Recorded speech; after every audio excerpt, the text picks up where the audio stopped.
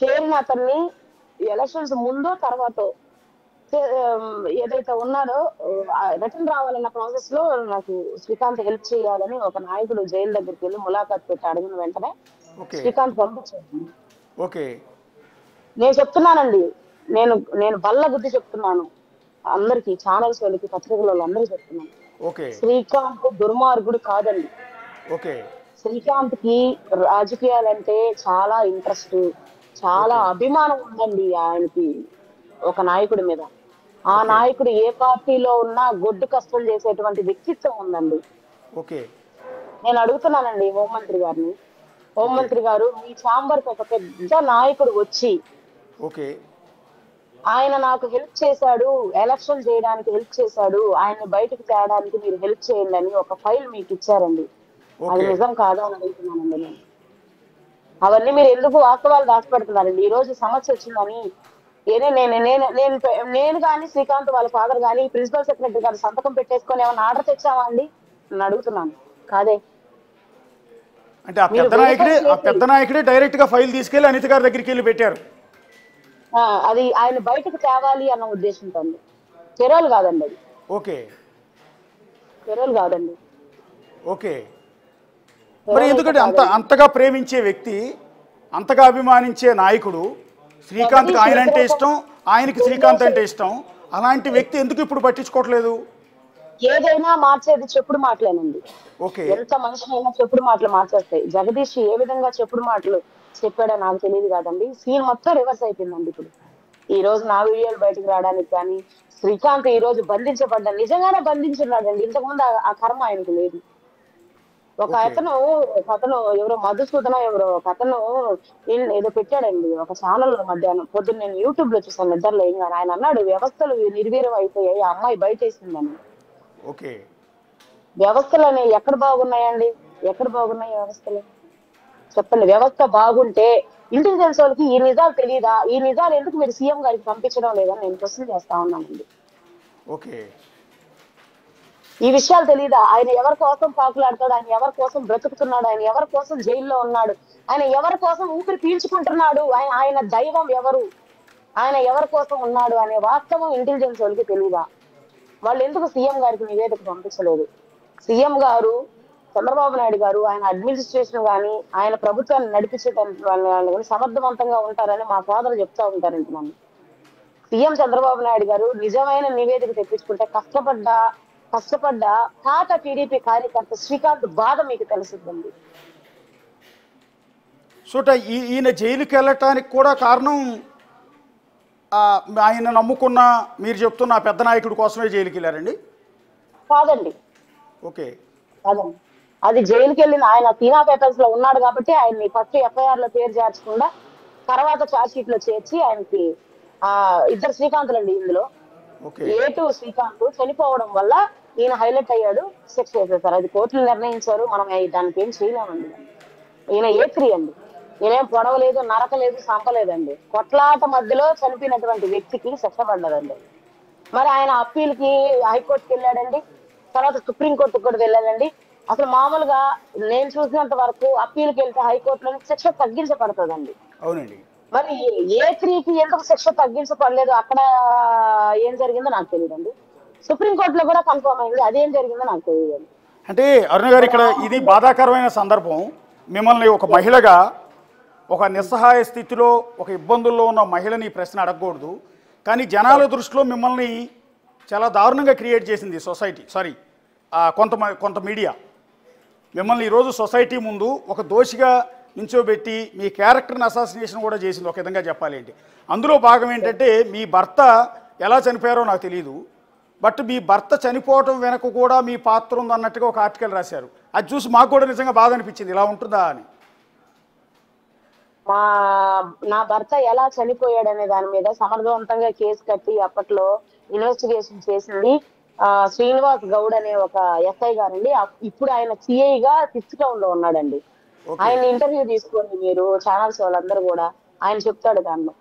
నాకు అసలు అప్పుడు 18 సంవత్సరాలు ఉంటాయండి. 18 సంవత్సరాల వయసులో నాకు ఎవరు తెలుసండి? నాకు నెల్లూరులో Atmakur bus stand, Gandhibomma centre తప్ప ఏమీ తెలియదు. అది కూడా మా అమ్మతో వెళ్ళేదాన్ని, మా అమ్మతో వచ్చేదాన్ని. ఓకే. ఆ వయసులో నేను నేను అంత కుట్ర. ఇంకోటి ఏంటంటే మేము చిన్నప్పటి నుంచి ప్రేమించి పెళ్లి చేసుకున్నామండి. ఓకే. ఇంకో బాధాకరమైన విషయం ఏంటంటే నా భర్తతో నాకు ఏ సంబంధం లేకుండానే చనిపోయాడండి. ఓకే. ఉమ్. అంటే అండి ఏ సంబంధం లేకుండా అంటే బాబు పుట్టాడు కదా? నాకు లేదండి, బాబు పుట్టింది నేను ఒకరి చేతిలో మోసపోవడం వల్ల నాకు బాబు పుట్టాడు. ఆ విషయం నా బిడ్డకు కూడా తెలియదు. నా బిడ్డకి తండ్రి శ్రీకాంతే అని చెప్పాను నేను అప్పుడప్పుడే ఊహ తెలుసుకున్నప్పుడు 2022లో. అప్పటి నుంచి ఆయనే తండ్రిగా భావించి వాడు కూడా ఇంటర్వ్యూలకు వస్తుంటాడు. ఆయనే తండ్రి అని బయట చెప్తాడండి. నా కొడుకు ఇనిషియల్ కూడా నేను ఏకే కనిష్కన్ కార్తికేయ రాజని ఏ అని చెప్పేసి శ్రీకాంత్ వాళ్ళ ఇనిషియలే పెట్టున్నానండి. అంటే నేను బాబు మీ భర్తకి పుట్టలేదు, శ్రీకాంత్కి పుట్టలేదు, థర్డ్ పర్సన్ ఉన్నాడు. అంటే మీ భర్త చనిపోయిన తర్వాత మిమ్మల్ని మోసం చేశాడండి? మోసం చేశారండి నన్ను. ఒక వ్యక్తి మోసం చేశారు. ఆ మోసం చేసి మానసిక స్థితి నాకు బాగా లేకుండా వచ్చిందండి. నాకు బ్రెయిన్ లో బ్లడ్ క్లాట్, ఫిక్స్ కూడా ఉందండి. నా హాస్పిటల్ ఫైల్ అన్నా కూడా ఇస్తానండి. ఏ ఓకే. చిన్న టెన్షన్ వచ్చినా నాకు ఫిక్స్ వస్తుందండి. ఇప్పుడు నేను డోస్ పెంచుకోవాలండి. ఉదయం ఒక మాత్రని, సాయంత్రం 2 మాత్రలు, 1500 mg ఫిక్స్ మాత్రం నా బాడీలోకి పోతుంటే నేను ఇలా మీతో మాట్లాడుతున్నానండి. ఏయో. ఓకే. అంటే నిన్న మీరు ఒక మాట చెప్పారండి, మీ భర్త వాయిస్ అండ్ శ్రీకాంత్ గొంతు, ఇద్దరు గొంతులు కూడా ఒకేలా ఉంటాయి కాబట్టి నేను శ్రీకాంత్ని ప్రేమిస్తున్నాను అన్నారు. స్టిల్ ఇప్పటికీ అదే కారణమా? అవును సార్, అవును సార్. విషయం ఏంటంటే అండి, నా భర్త చనిపోయేటప్పటికి 2.5 నెల 3 నెలలు ఉంటదండి. అంటే ఓకే. ఆగస్టు 15వ తారీఖు నాకు పెళ్ళయిందండి. ఓకే. నవంబర్ 2వ తారీఖు మా మామయ్య, నేను మామ అంటానండి, మా అత్త కొడుకు, ఓకే. నాకు మేనత్త కొడుకేనండి ఆయన. ఆయన అంటే నాకు చిన్నప్పటి నుంచి నేనంటే ఆయనకి, ఆయనంటే నాకు ఇష్టం అండి, బాగా ఇష్టం. ఓకే. అయితే మాకు నిశ్చితార్థం అయిన తర్వాత ఆయన ఒక బైక్ మీద నుంచి పడ్డాడండి, వర్షంలో జారి పడితే. ఓకే. ఆయనకి తొడ దగ్గర నరం కట్ అవడంతో ఆయన శారీరక సంబంధాలకు దూరంగా ఉండమని చెప్పి డాక్టర్ అడ్వైజ్ చేశారండి. ఈ లోపల మాకు పెళ్లి సమయం వచ్చింది, పెళ్లి అయిపోయింది. కానీ మాకు ఎటువంటి శారీరక సంబంధాలు అనుభవించకుండానే నా భర్త చనిపోయాడండి. ఆ మానసిక వేదన నన్ను వెంటాడుతూనే ఉందండి. నా భర్త నాకు దక్కకుండానే చనిపోయాడు. అట్లీస్ట్ మా పెళ్లి ఫోటోలు కూడా, పెళ్లి వీడియోలు కూడా చూసుకునే అవకాశం కూడా దేవుడు ఆయనకి ఇవ్వలేదండి. మేము చాలా గొప్పగా పెళ్లి చేసుకున్నాం.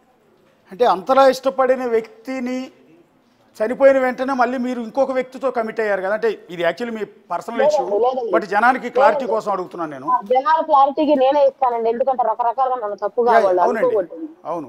అందుకే నేనే ఇస్తానండి. వెంటనే కాదండి, వెంటనే కాదండి. నేను 5 ఏళ్ళు 6 ఏళ్ళు నేను ఒంటరి జీవితం, హెల్త్ ఇష్యూస్, హాస్పిటల్ అడ్మిషన్స్, నేను కోమాలో కూడా వెళ్ళానండి. కొన్ని రోజులు నేను కోమాలో కూడా ఉన్నాను. ఓకే. ఆ షాక్ నుంచి బయటికి రావడానికి నాకు కొంచెం సైకలాజికల్ ప్రాబ్లం వచ్చింది. ఆ సైకలాజికల్ ప్రాబ్లం లో నారాయణ హాస్పిటల్లో హెచ్ఓడి కృష్ణమూర్తితో హెచ్ఓడి గారి దగ్గర నేను ట్రీట్మెంట్ తీసుకున్నాను. కొద్ది రోజులు సైకియాట్రిక్ గా మా ఇంట్లో వాళ్ళని కూడా కొట్టేదాన్ని అంటండి, ఓకే. కోపం వచ్చినప్పుడల్లా. ఆ మానసిక పరిస్థితిలోంచి నన్ను బయటికి వేసడానికి కొంచెం టైం పట్టిందండి మా ఫ్యామిలీకి. ఓకే. తర్వాత నేను ఒకరి మాయ మాటలు నమ్మాను. ఒక 5 ఏళ్ళు 6 ఏళ్ళ సమయం తర్వాత ఒక మాయ మాటలు నమ్మానండి. కొంత పరిచయంలోనే నాకు ప్రెగ్నెన్సీ వచ్చేసింది. తర్వాత ఆయన పెట్టే వేధింపులు తట్టుకోలేక నేను బయటకు వచ్చేసాను. ఆ తర్వాత బయటికి రావడం, నేను వెలుగులో చేరాను. వెలుగులో చేరిన వెంటనే ఇంకొక పెద్ద నాయకుడు నిరంజన్ బాబు రెడ్డి గారు అని ఆయన నా మీద పగబట్టారు. నా ఉద్యోగులు తీసేసేసాడు, నన్ను రోడ్డు మీద వేసాడు. నాకేం చేయాలో తెలియక ఆ కేసులు పెట్టించాడండి నా మీద.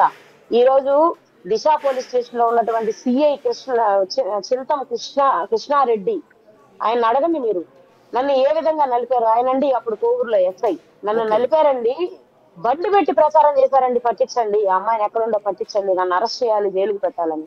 అంత బాధలు ఎదుర్కొన్నానండి. దాని వెనకాల ఉన్న కారణం ఏంటో తెలుసా అండి? ఓకే. వైఎస్ఆర్సీపీలో వార్డు మెంబర్ గా గెలిచినటువంటి నా తల్లి పోలంరెడ్డి శ్రీనివాసరెడ్డి సమక్షంలో వెళ్లి కండవా వేయించుకోవడం అండి. ఓకే. ఆ కారణంగానే నన్ను నలిపారండి. అబ్బో నలపడం నాకుండే ఆరోగ్య పరిస్థితికి ఇంకా నేను చచ్చిపోతానేమోనని, నాకు వద్దండి ఉద్యోగం అని నేను అప్పట్లో ఉన్నటువంటి అధికారులను బతిలాడుకొని ఆ ఉద్యోగం వదిలేసేసి, నన్ను ఏ వైఎస్ఆర్సీపీ పార్టీ ఇబ్బంది పెట్టిందో ఆ పార్టీ నాయకుడిని నేను ఛాలెంజ్ చేసి ఇక్కడ రాజకీయాల్లో నిలబడి కట్టుకున్నానండి. ఈ రోజు వైఎస్ఆర్సీపీ పార్టీకి ఎవరైతే నన్ను ఇబ్బంది పెట్టినటువంటి వ్యక్తి ఎవరైతే ఉన్నారో అతను పెద్ద చీటింగ్ వ్యక్తి అని అదే ప్రసన్న కుమార్ రెడ్డి గారు నిజం తెలుసుకొని వాళ్ళు పక్కన నెట్టేశారండి. ఓకే. అది నిజమా కాదా మీరు వెరిఫై చేయండి. ఓకే. అంటే ఇక్కడ నాకు ఏ శక్తి నాకు హెల్ప్ చేయలేదండి, ఒక్క దైవ శక్తి తప్ప. నేను కాళీ అమ్మను కొలుస్తానండి, కాళీమాత ఉపాసన చేస్తాను నేను. నేను ప్రతిరోజు చేస్తున్నటువంటి నా మంత్రబలము, నా ఉపాసన నాకు దిక్కైందండి. ఇంతగా ఇప్పుడు నేను దిగినటువంటి ఎమ్మెల్యేల ఫోటోలు అయి ఉండొచ్చు, మీడియా వల్ల నాకు ఇంత హైప్ తీసుకొచ్చి ఉండవచ్చు, నిరంజన్ బాబు నన్ను ఇబ్బంది పెడితే నేను ఎదుర్కొని ఉండవచ్చు, శ్రీకాంత్ ని జైల్లో నేను రాఖీ పండగప్పుడు నేను మీద ఫోటోలు కూడా ఇంతకు ముందే అందించాను, మీకు మీ రిపోర్టర్లు వాళ్ళు అందించుంటారు. జైల్లో నేను రాఖీ ప్రిజనర్స్ అందరికి కట్టే ఫోటోలు ఉన్నాయి. అది నిజమో అబద్ధం అక్కడే నేను శ్రీకాంత్ చూశాను. చూసినప్పటి నుంచి ఆయన్ని ప్రేమించి పెళ్లి చేసుకోవాలని ఇప్పుడు నేను చేస్తున్నటువంటి ఈ ప్రేమ పోరాటానికి కూడా నేను నమ్మిన నా దైవ బలమే నాకు తోడుంది, కానీ ఏ మానవ శక్తో లేకపోతే ఏ దుష్ట శక్తో నాకు తోడు లేదండి.